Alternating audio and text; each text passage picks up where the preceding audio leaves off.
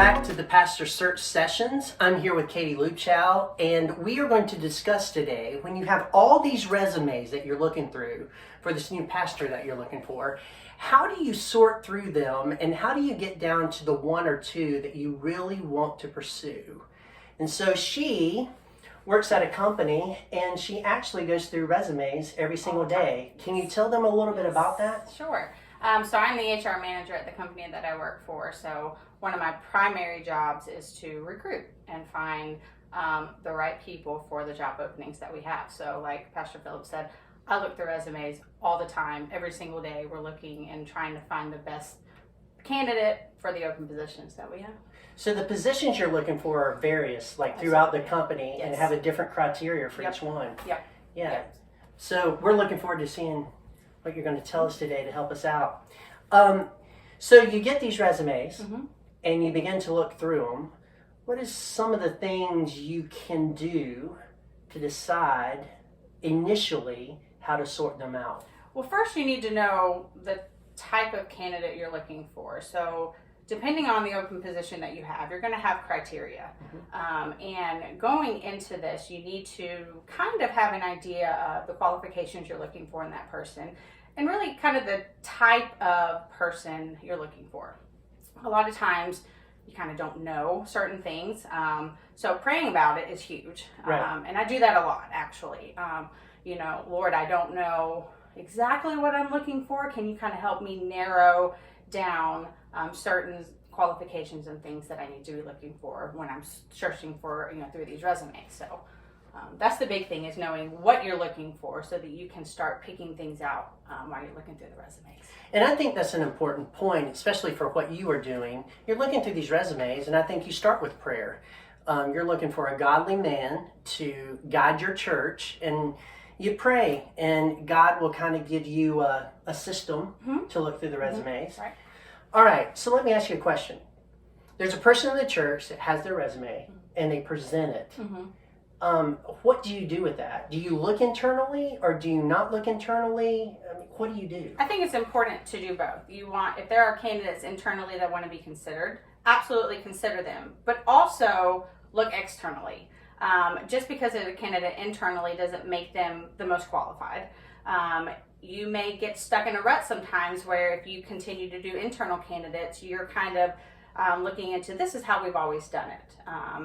And when you look externally, you have candidates that bring different experiences, new ideas, maybe some change that the organization may need to go through with that the candidate would bring. So I would definitely consider both equally, fairly, but also if the internal candidate may not have the qualifications, be upfront and be honest and just say, look, we appreciate you submitting your name.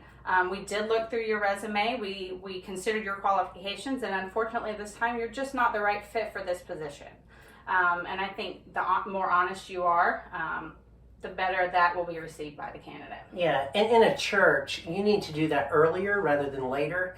They do not need to find out through the grapevine that they are no longer being considered. As soon as you decide that, just go ahead and talk to them, and you will save your church from a lot of heartache, which would be a little bit different than a company, Right. I think, Right. because there's personal stuff going on in a church. But definitely talk to them early. So, Katie, what kind of suggestions do you have for a team of people that would be looking at a resume? Like, you do it on your own, right? So if there's a team of people, let's say 6 to 7 people, which would be what is happening here. Okay. What would be your suggestions to them as they look through the resume? How would they do that? Okay, so my suggestion would first make sure everybody's on the same page. So is everybody looking for the same type of qualifications? And then typically so I've done this before, and what I would do is everybody gets, we have 7 resumes we're looking through. Everybody pick out your top 3. And so we would go around and say, okay, these are my top 3 candidates because of X, Y, Z. Sometimes you get, okay, well, we know everybody agreed on this one candidate, so they're definite. And then you can kind of talk through the others that, that you may not have considered, and someone else may have seen something in a resume that you didn't pick up on. So it's nice to have input from others because they're looking at resumes from a different perspective than you're looking at. Yeah. So, Katie, let me ask you a question. If you were on one of these teams, one of these committees, to try to select your next pastor, what are some of the things that you would want in a pastor of your church? Okay. That's a really good question. So obviously we would want a godly man to lead the congregation. I would be looking for someone who's going to challenge me, for someone who's not afraid to preach the hard messages. A lot of times you may visit a church that the pastor is all about the good and the encouraging pieces, but they shy away from the hard messages that may, the people may have trouble hearing. The conviction messages, I like those. Those help you grow. A pastor who will open his Bible. There have been several churches that I've been to where the pastor never opens his Bible. That's hard for me. I want someone who is preaching from the Bible. I don't want someone who is, interpreting, something that they read. I want to, give me the word, the word of God. So that's, and someone who's not afraid to change. If the pastor sees a direction that the church is going that he may not agree with, change. Go in a different direction. Don't be afraid to make that move, because I think the congregation will move in that positive direction with you. Yeah, nice. That's a great answer. Yeah. All right. So you have these resumes. He has work history. How do you judge that work history that's on the resume? So you want to make sure that the work history is relevant to what you're looking for. In my position, if I'm looking for a supervisor, I'm going to look for those keywords throughout the resume. So you want to make sure that that work history falls in line with what you're looking for, that they've got some experience in the areas you're looking for. Longevity in a position. How long they are committed to certain companies and certain positions, that's important in work history. People who bounce around a lot, that's a little concerning. So sometimes having that short work history tends to be a red flag sometimes. And then when you're looking through work history, understanding what they were doing in that position, that's really helpful in a resume. If they've got some good detail about what they were doing, that's helpful to understand how that would apply in your situation, how their background would help in your situation. Yeah, good. All right, so you just talked about longevity, and you kind of mentioned that a short stay here and hopping here and here and here is a red flag. So that's a red flag that we could look for in a resume. What are some other red flags that we should look for in resumes? A gap in work history is a big one. Okay. Sometimes it's for an understandable reason, a personal reason, but a lot of times that does throw up a red flag when we're searching through a resume. So if we do have a candidate that we like, that's probably one of the first things we're going to ask is what happened between this period and this period that's not noted on your resume. I will say another thing that is a red flag on a resume is having one that's 2, 3, 4 pages long. 2 pages I think is max, but once you get more than that, it becomes wordy. And I will tell you, a hiring manager or HR manager, we won't read 3 or 4 pages worth of work history. We're skimming through and looking for keywords. So, if it's too long, a lot of times that kind of we'll read over it, but it won't be given the detail that others would be given. Right. Do you think that a shorter resume shows that the person put more thought into it? A shorter resume highlights your accomplishments and what you're the most proud of in those positions. Right. A lot of times if you have a job description that you're looking at, the resume should reflect some of the things, some of the qualifications that you're looking for from that job description. Right. Yes. Good. All right. So, if you're on a team, Katie, and you have all these resumes, what would be your system that you would suggest for sorting those resumes? I do piles. So I do the yes pile, the no pile, and the maybe pile. Okay. So the yes pile is definitely yes, we want to talk to this person. No pile, definitely no, they don't meet the minimum qualifications that we're looking for. The maybe pile is I'm on the fence. Okay. And those are the ones that as a team you'll want to talk through and, is it worth having a conversation with this person, or do you set them off to the side, address your yes pile first, and then if you're still not satisfied, let's go back and revisit the maybe pile. So yes, maybe, No. you're gone. Right. Yeah, Right. you're gone. Good. All right. When do you start calling the references? I narrow my candidates down to the top 2 or 3, the people that we know. Yes, one of these 3 people is we want to be our person, and then that's when I reach out to the references. Now, when you reach out to references, do you ask the references for references? Typically, no. Sometimes we can, but typically, no. Typically, no. You just call those people. Right. So how do you feel about, if I had a resume, it'd be people that like me. So how do you go about finding someone that maybe they didn't? Well, I don't guess you do that, do you?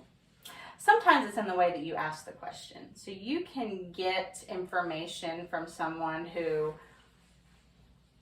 worked with this person and would be a good reference, but the way you ask a question and how this person handled certain situations and reacts in certain situations can get you the answers that you're looking for. It's just how you ask those questions. So I know this is on the spot, but can you ask me one of those questions? Sure. So when this person, their back is against the wall, they're at a deadline, they're stressed, how did they handle those situations? Give me an example of the time where you saw this person in that situation and tell me how they reacted and how they handled that situation. So they were pressed up against the wall, they had a lot of stress on them. How did they react to that stress? Yes. That's a pretty insightful question. Yes. Yeah. Because they may do a great job, but if they don't handle pressure well, that may be a red flag for that position. Or if they've never been in that type of situation, they've never had to handle those types of issues, they've never had to handle confrontation. Right. That may also be a red flag. So if you have a person in a leadership position, they should have had those confrontations, they should have had those interactions with people, and you want to know if they didn't, okay, well, now you know. So if you asked a question like, how did this person handle conflict? That's a little too general. Yes. You would say, how would you do that? Have you ever, I don't know Maybe how to word observe the person, or have you worked, so a lot of times it's somebody that you worked with, so were you and this person ever involved in having to counsel an employee, or have a difficult conversation with someone, or give constructive feedback to someone, and how did they lead the conversation? How did they handle when the person pushed back? Yeah. What was their reaction to that? Wow, nice. Very nice. So let's just pretend again that Okay. you are on a pastoral search team. Okay. And you have this candidate, and you need to put together a pastoral package. Like, what is he going to be paid, insurance, the whole deal. Okay. What would you put into it? And then when would you talk to the candidate about it? So first of all, you got to know what your budget is. So the salary that you're requesting, is it within your budget? Obviously. Are you going to offer relocation? That's something else that you would have in that package. What do the benefits look like? Are there specific benefits that you cover? So you have the base salary, you have benefits, you have relocation. Are there other things that you offer as a church? Right. And then once everybody's in agreement, this is your candidate. Right. And that may be one of the questions that they ask ahead of time. So you may want to know that information ahead of time. What's your range? Because they may ask. So you agree on a base salary, you do the relocation, you do the benefits, and then you tell the employee, you are our top candidate. This is what we're looking at as far as compensation. Yeah. Okay, good. All right, so are there any like closing remarks that you would like to tell a committee or a team that's doing this? Be patient. And I've learned this the hard way. The ideal candidate likely will not be one of the first 2, 3, 4, 5 resumes you look at. Be Wow. patient. Don't settle. There are reasons that you have the qualifications that you do, and there are reasons that the Lord has laid on your heart the things that you're looking for. And He may want you to go through several candidates before He reveals the person to you. So be patient. Let Him bring this person to you. Yeah, it is really hard to Yes, wait. it is. Yes, it is. Especially when you have a need right now, especially when the church is kind of wavering. So people might be leaving, attendance might be down. It's very difficult to wait, but it is so important to wait for the right person. Yes, because you do not want to bring in the wrong person. Yeah. They will do more damage than it would have been if you waited. So very good. Thank you. Well, Katie, thank you for your time. Absolutely. And I know this has been very beneficial. And so, grace and peace.